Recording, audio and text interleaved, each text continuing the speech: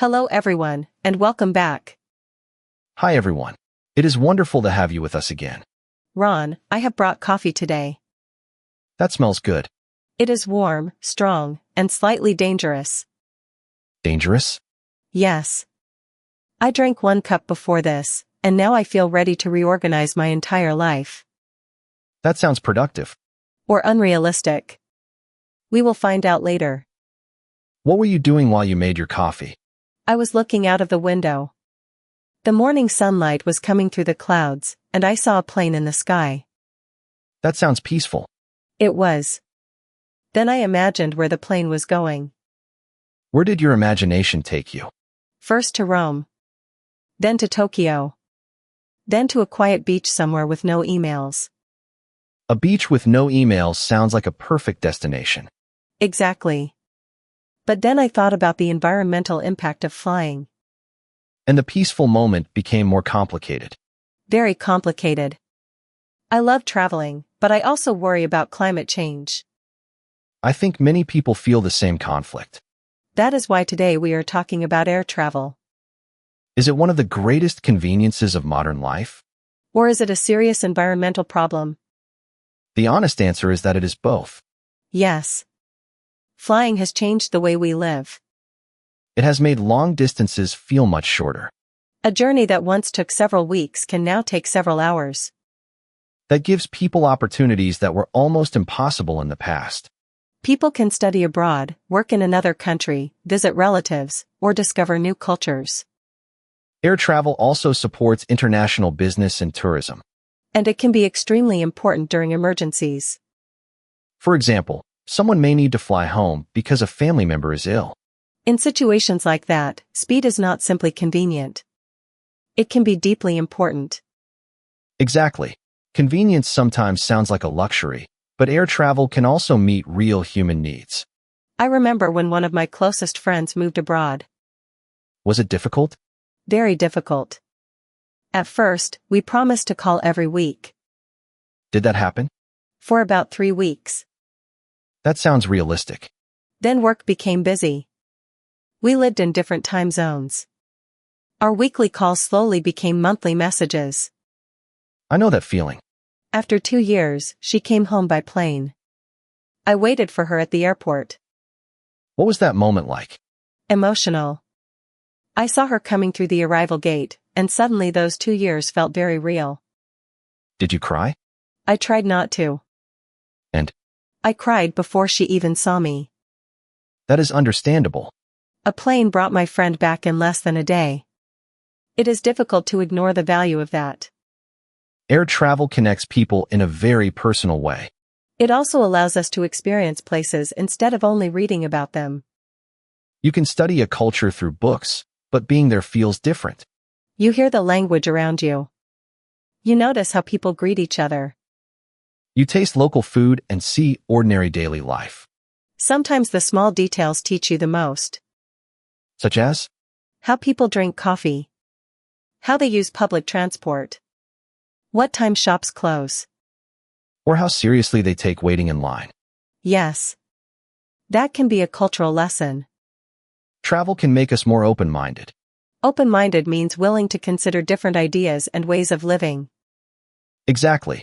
When we travel, we may realize that our way is not the only way. That can be healthy. But there is another side to the story. The environmental side. Planes burn large amounts of fossil fuel. Fossil fuels include oil, gas, and coal. They produce energy, but they also release gases into the atmosphere. Those emissions contribute to global warming.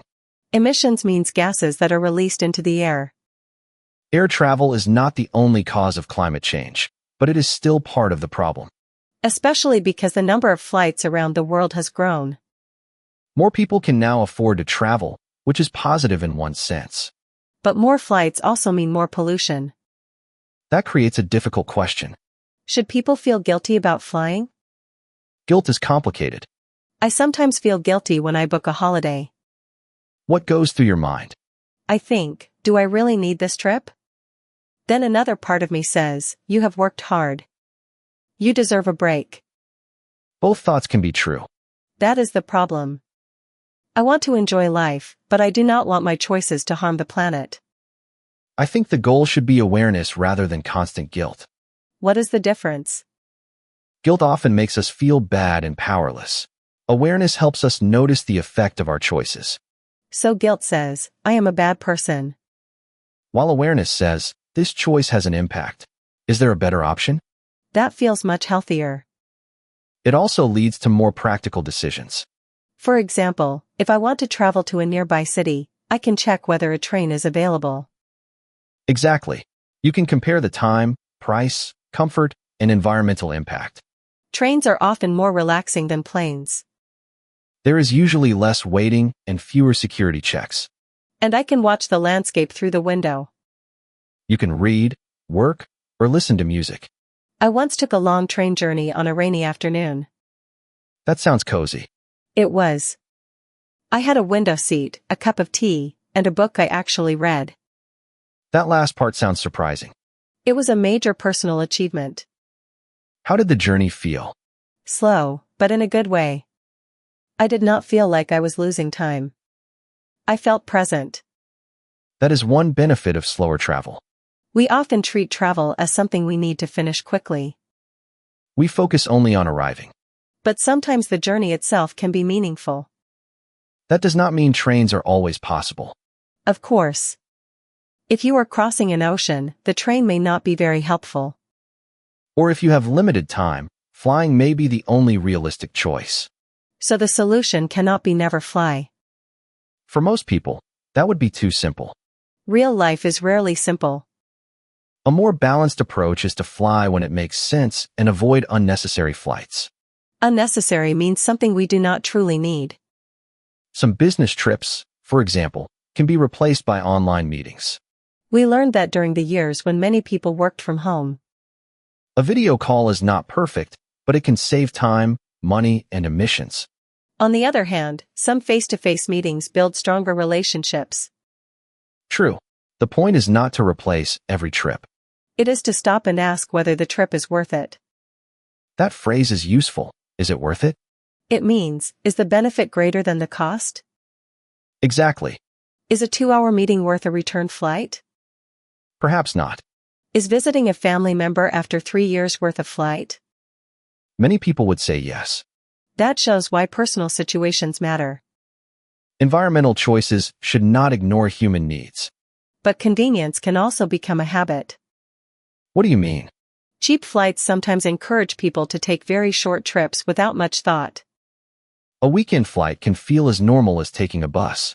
You see a low price on your phone and think, why not? Then extra fees appear. Bag fee, seat fee, food fee, breathing fee. I do not think they charge for breathing yet. Give them time. Cheap tickets can hide both financial and environmental costs. That is true.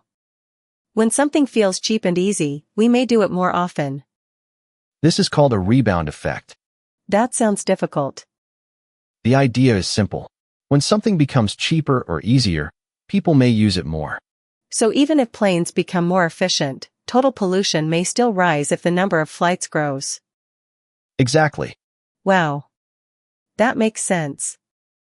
Technology is still important though. Airlines are developing more efficient aircraft. Some companies are also studying cleaner fuels and electric aircraft. But those solutions are not ready for every type of flight. Especially long-distance flights. So we cannot simply wait for technology to solve everything. We need better technology, better policies, and better personal choices. That sounds like a shared responsibility. It is. Sometimes environmental discussions place all the pressure on individuals. Yes, people are told to change their habits, while large companies and governments continue as usual. That can feel unfair. Individual choices matter, but they are only one part of the answer. Governments can improve rail networks. Airlines can invest in cleaner technology. Businesses can reduce unnecessary travel. And passengers can make more thoughtful decisions. Everyone has a role. If you are enjoying this conversation, don't forget to like, subscribe, and comment. Comment the word balance if you want to speak English more naturally. And tell us whether you prefer traveling by plane or by train. Ron, can we talk about something emotional? Of course. Climate change can make people feel anxious.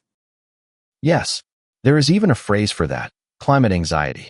It means feeling worried, stressed, or helpless about environmental problems. The news can make the future seem frightening. Sometimes I scroll through stories about floods, fires, and extreme heat. And after a while, you feel emotionally exhausted. Exactly. Then I think, what difference can my small choices make? That question is understandable. One person taking one train instead of one flight will not solve climate change. No, it will not. That answer sounds a little depressing.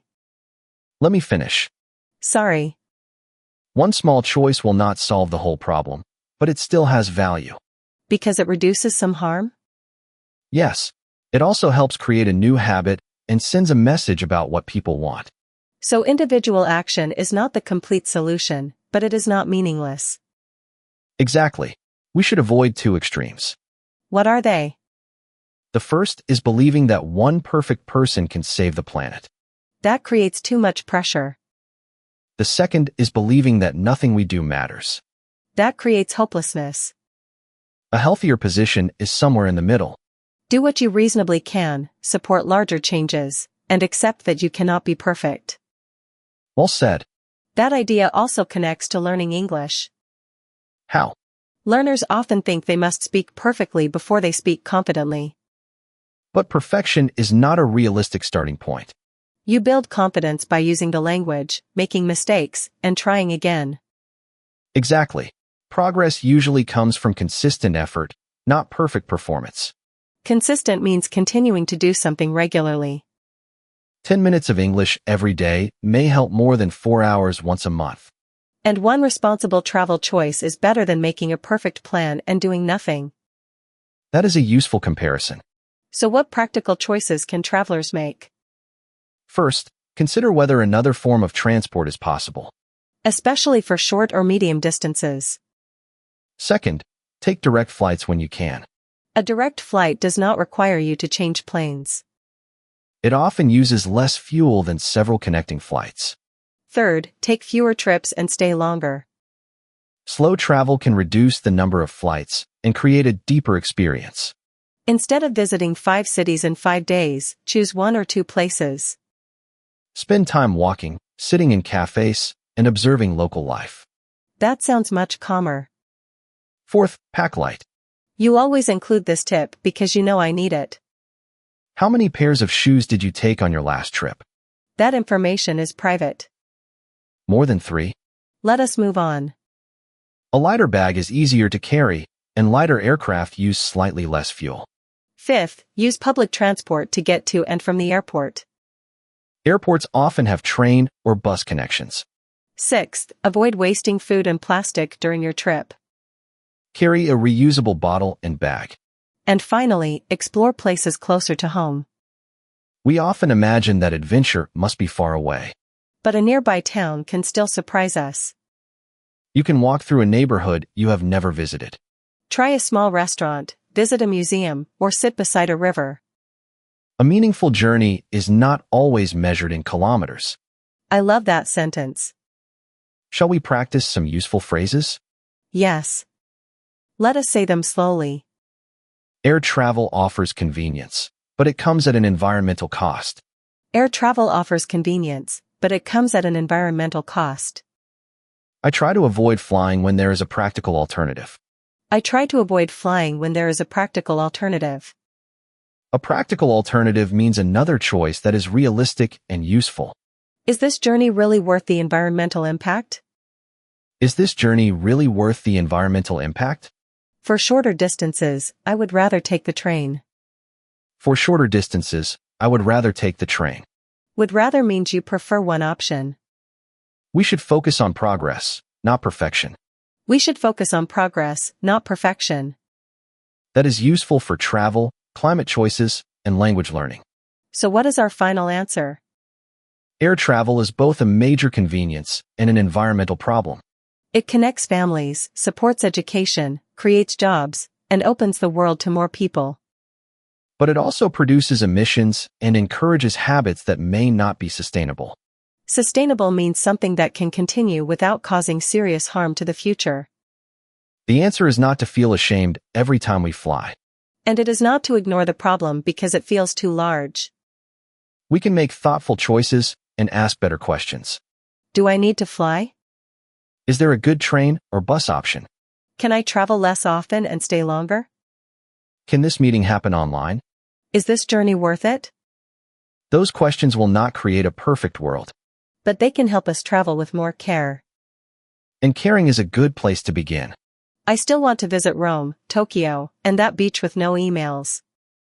You can keep those dreams.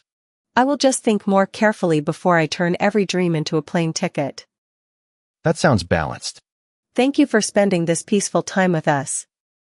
We hope you learn useful phrases and new ways to express your opinions. Remember, you do not need perfect English to join an important conversation.